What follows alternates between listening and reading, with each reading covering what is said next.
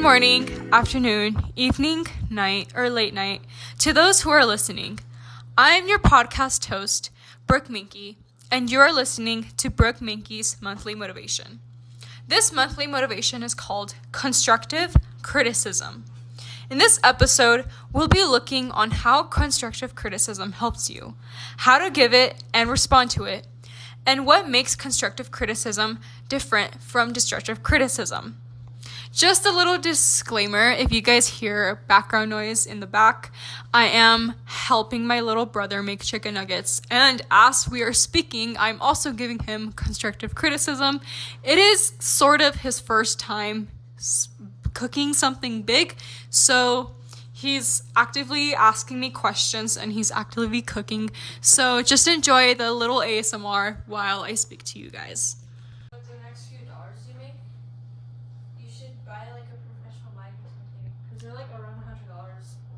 I should.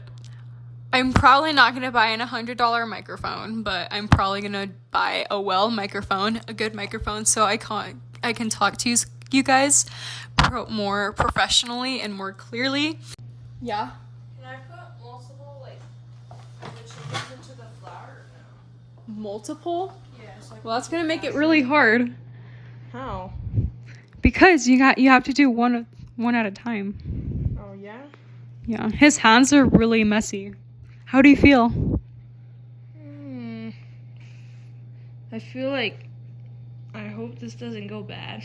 Okay, well, a little bit better. You need to coat it just not too much, just so you're making a very big mess. That's okay because I think the best part about the kitchen is making a big mess. Yeah. Guys, fun fact, I'm ambidextrous, or however you pronounce it. Begin this episode, I just wanted to thank you all for hitting 30 subs. We have officially hit our first goal. And for those who are new here, make sure to subscribe to join me and others on our success journey. I do try my best to give you guys advice on success while, trying to become successful myself.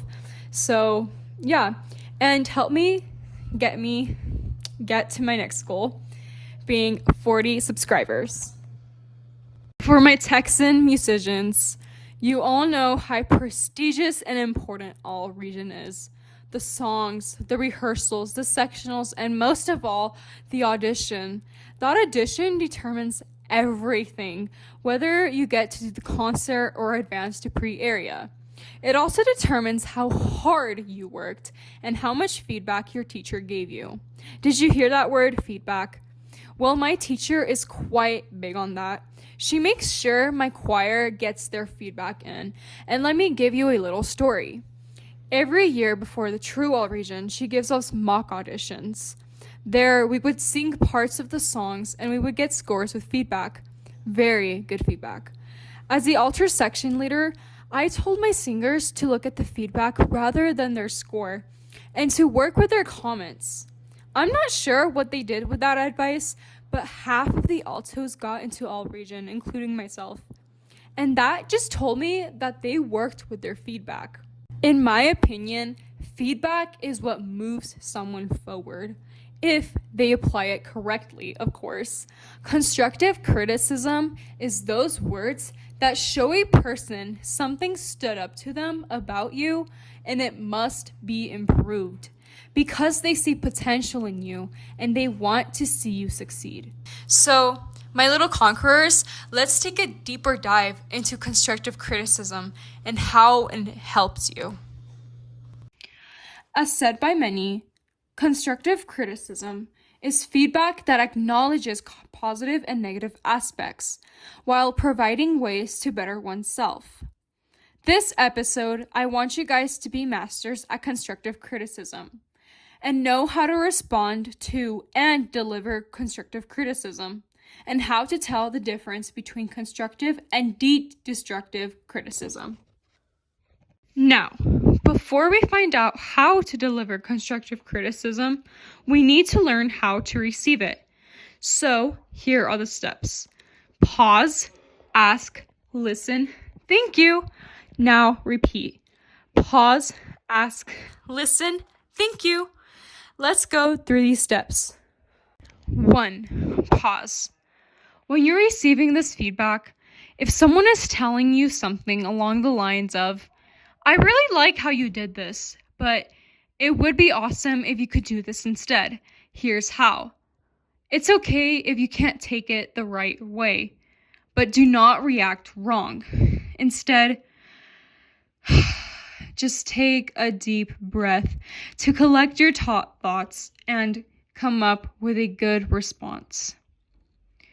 Number 2, ask. Some people may not be clear about what they're saying or may not fully give their statement. And even you may not fully understand what the person is trying to tell you. So ask. Ask for clarification. Ask what you can do next time, and ask all the questions you have about your certain topic. Feedback won't help you if you do not ask questions, but it does when you do. Questions are the most important thing in feedback, because when you do ask questions, that person will elaborate more and you will be able to understand what you did even better, and you will be able to know what you can do better. And even if it's a simple question like, hey, let me think about this. What can I do on my presentation next? What colors can I do next? That's awesome. And it is crucial that you ask. Number 3, turn on your ears and listen. What are you doing if you are not listening to the person that is giving you feedback? They're putting their time aside to give you feedback. So take notes, both mental and physical, and active listening is especially important in this case, as miscommunication can immediately destroy that positive criticism conversation. Of course, if you guys don't listen, you guys can immediately make that positive talk into negative talk, and your internal critic can make those positive words into negative words, which we don't want. And with that, you'll have all the details and you'll have your starters package to better yourself. Number 4, thank you. Always remember to say thank you. Those words stand out because they reveal that you'll have improved in the future and that you took your time out to listen to the person that's also, again, putting their time to give you this constructive criticism. Okay, guys, we just learned how to receive constructive criticism. So now let's learn how to give constructive criticism like pros. Because like feedback is important for your growth, it is also important for your peers' growth.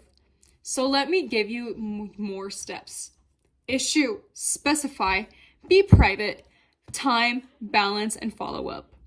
See how there's more? Let's look at them. 1. Issue.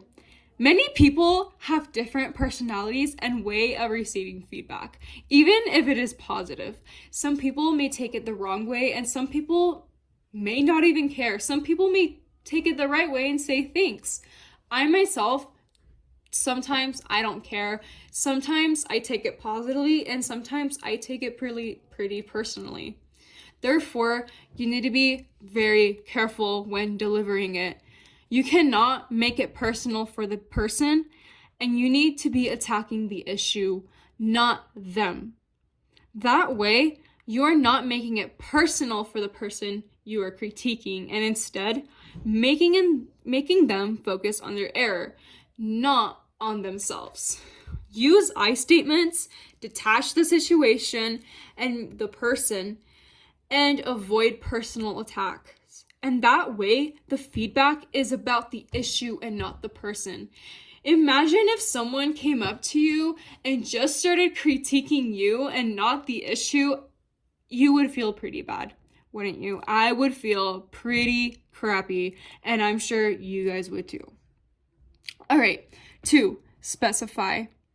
By being specific, you are pointing out strengths and weaknesses about a quality rather than pointing out just one and leaving an indirect comment for the person to keep wondering about what they did wrong.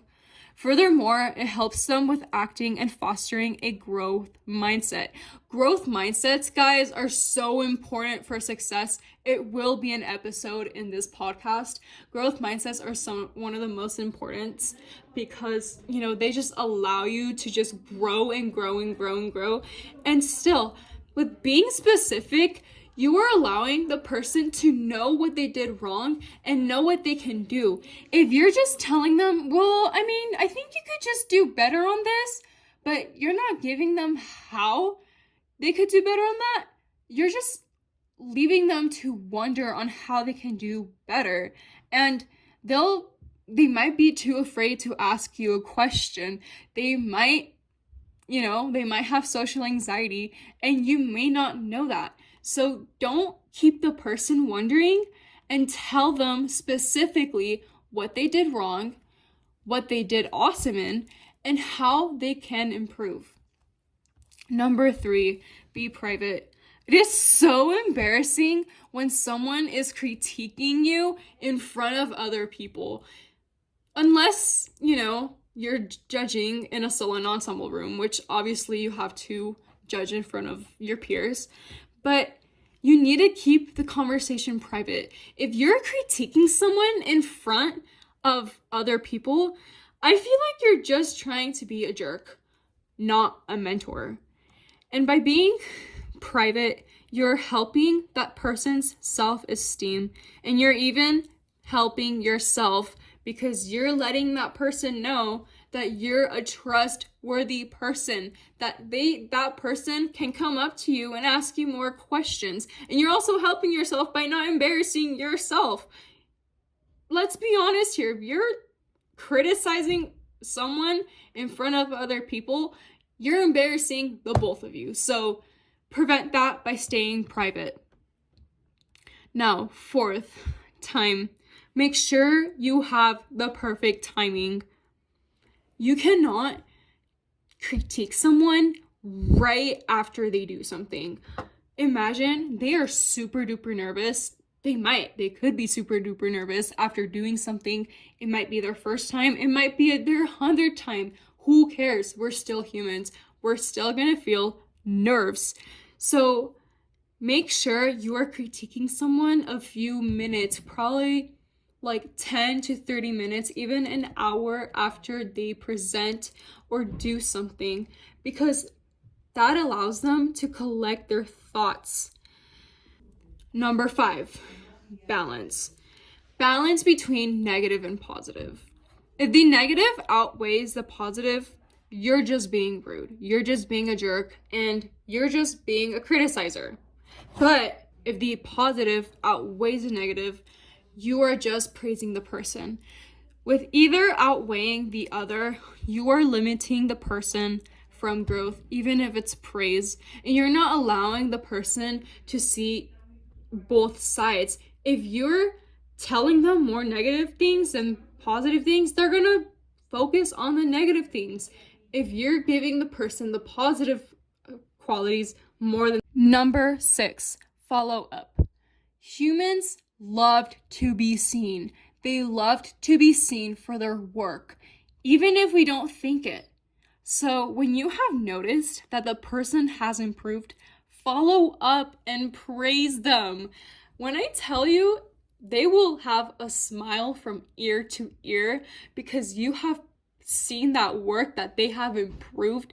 That is the best thing that you can do. So follow up and praise the work that they have improved. Now, I want to give you guys an aspect on how constructive criticism helps a person and a little scenario.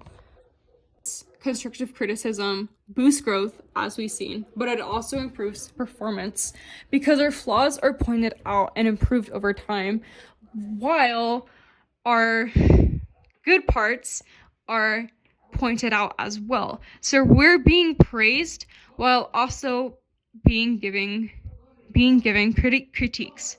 And eventually, those flaws do not become flaws in our work. And obviously, people cannot be perfect. No one is perfect, of course, except for God. But when you keep working on yourself and you keep working on your flaws, you can always be excellent and successful when you take criticism the right way and you work on your feedback, you work on your flaws. You will become that excellent person that you want to be. And I want to talk about my mother. So we all know mothers. They all sort of give us critiques probably pretty much every day. But that's because they're looking out for us. My mom, she gives me constructive criticism pretty much every day, whether it's my style, my debates, or it could even be a character trait of mine. She is there to put light on it, and when I tell you, it helps me so much because I learned something about myself that I need to fix about it, and eventually I do fix it. Even if I don't listen to her at the moment, eventually I'll look back at it and I'm like, she's probably right, and I go fix it. Before I end this episode, I really want you guys to be aware of this other type of criticism. Destructive criticism is unfortunately the criticism that does want to see you fail, because it will get into your head and rule you. But I want you guys to learn how to tell the difference between positive and negative criticism, and obviously how to react and respond to it. And I think after this episode, you'll pretty much be able how to determine the difference. And I think, and that's why I would like to give it to you guys. So obviously, like I said, while positive feedback is meant to help you, it's focused on an issue and it's not really focused on you, and you are most likely being respected. Like the person that is delivering it to you, they respect you and they are delivering it to you in a very respectful way, and it has a good outcome on you. Negative feedback is quite literally the opposite. It is meant to hurt you. It is focused on you. And destructive criticism has a very bad outcome on you. That criticism can be on your body, it can be on your comments, the way that you speak. So really watch out for any just sort of criticism. Sometimes someone could critique you and they might mean it in a good way, but they just said it in a bad way. But some people will criticize you in a bad way. Yeah, take Gordon Ramsay for example. He often criticizes his people, the people that he comes to the restaurants, and he means it in a very good way, but he delivers it in a very very bad way. Or Abby Lee Miller, she's low-key hilarious, but she sometimes would just destroy these girls' self-esteem at such a young age. Like she would just attack these girls' talents and it would just destroy them. So these are just prime examples of destructive criticism, and they could either be bad or good. But I think after this episode, you can for sure know whether to determine a comment, and if it's supposed to help or hurt you by knowing these key factors, and you'll be able to defeat it. Now, okay, think about a time where you received destructive criticism. How did you feel? And most importantly, react and respond to it. I'm sure it probably wasn't the best way. And let's be honest here, that's totally valid. But it is important to react well to these situations, even if they are bad and in a good way. So here's how. It is very important for you guys to respond to negative comments in a good way, whether they are on social media, through messages, through in person, that you guys know how to regulate your emotions and just know how to respond to these criticizers, because they can come at you very unexpectedly and very harshly. So it is important that you guys know how to respond to these comments. All right. When you've identified this type of criticism, first, calm down. Let your emotions flow and regulate. When you're in the heat, you could be saying something that you'll regret later. So don't let the heat say something that you will regret. Now, when identifying this criticism, try to find something that could be true and ask the person criticizing you questions to clarify. Because again, like I said, this destructive criticism, they could be delivering it destructively, but they could be meaning it in a good way. They could be wanting you to improve, but their words, their choice of words, their tone could be pretty bad. So asking questions could also low-key confuse them, as you are letting them know that all you are looking for is improving yourself, not on them, not on defending yourself or not insulting them, and not on the comment that they gave you. Now, lastly, acknowledge their perspective and set boundaries with respect to defend yourself. If the person is still low-key roasting you or still being rude, make sure that you set boundaries and you tell them, hey, this is, tell them in a very respectful way. Try to, tell them, with respect, defend yourself, but do not ever disrespect that person. That just makes you stoop down to the other person level. When you are being insulted, you guys, it looks very bad on yourself for you to be insulting the person back. I know sometimes in some cases it's funny and it's, it looks cool, but at the end of the day, it just makes you stoop down to the other person's level, and you're gonna end up regretting it. You're gonna end up not wanting that for yourself, and trust me, you're gonna say, that wasn't me, that was my anger. So again, do not let your anger say something that you will regret later. Now, like I said, sometimes a person can deliver destructive criticism with the intent to improve you, and this is miscommunication. Miscommunication can ruin a lot of things. Miscommunication can lead to arguments, conversation, relationships, and mostly criticism. One bad move can make the person think that you are talking bad about them, that you are literally talking crap to them. Make sure you are always having the right communication and are respectful towards the person. If you are delivering or responding to criticism, make sure you know what you're going to say, you know what you're going to point out, both negative and positive, and you know what you're going to respond to them in order to improve them. Now, I will be introducing my co-star again to give you guys 2 examples. One will have positive feedback and one with negative feedback. The positive feedback example, I gave him his little, script. He's going to be asking me questions. He could be asking me any questions, and they have to be positive. They have to be on topic. But with the negative feedback, there's a catch.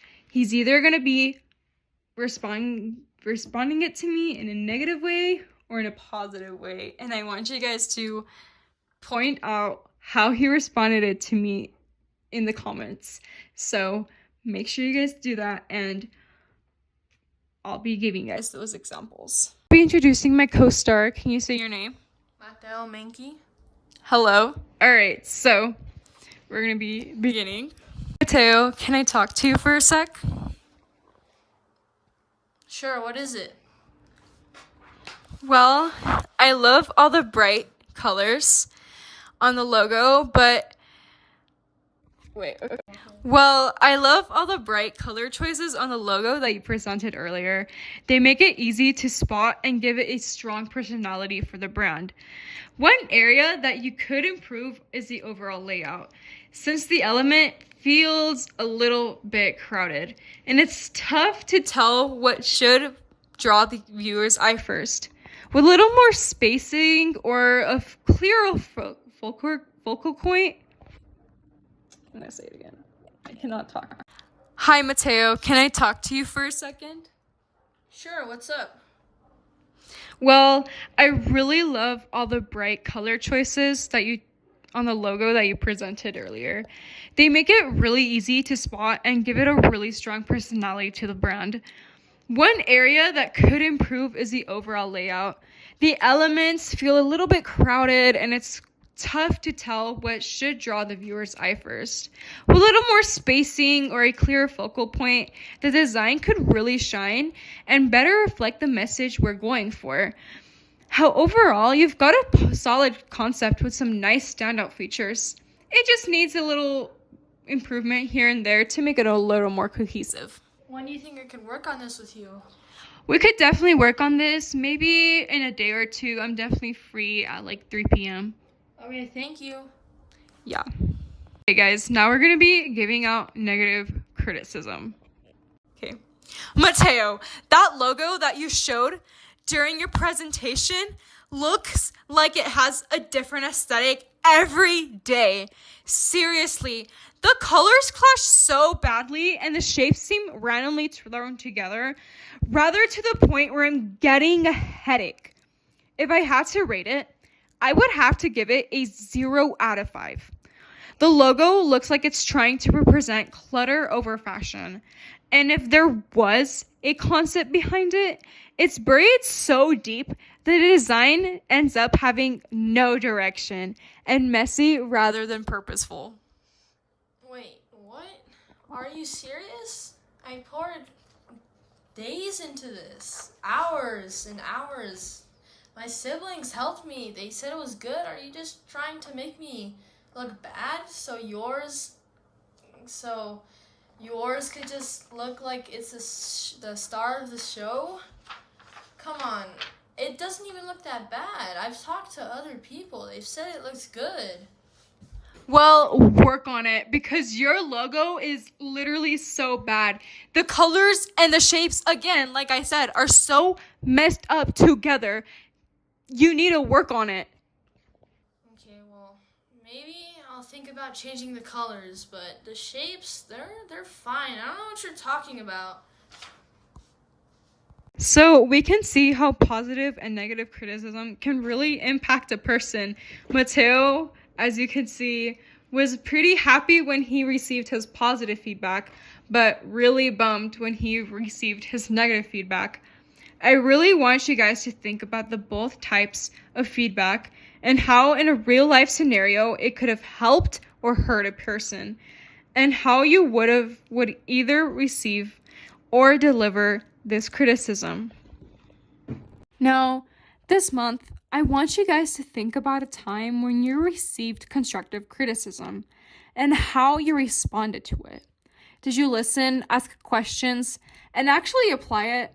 Or did you just brush it off? I certainly hope that after this episode, you are not just brushing positive feedback off and you are using it for your own growth.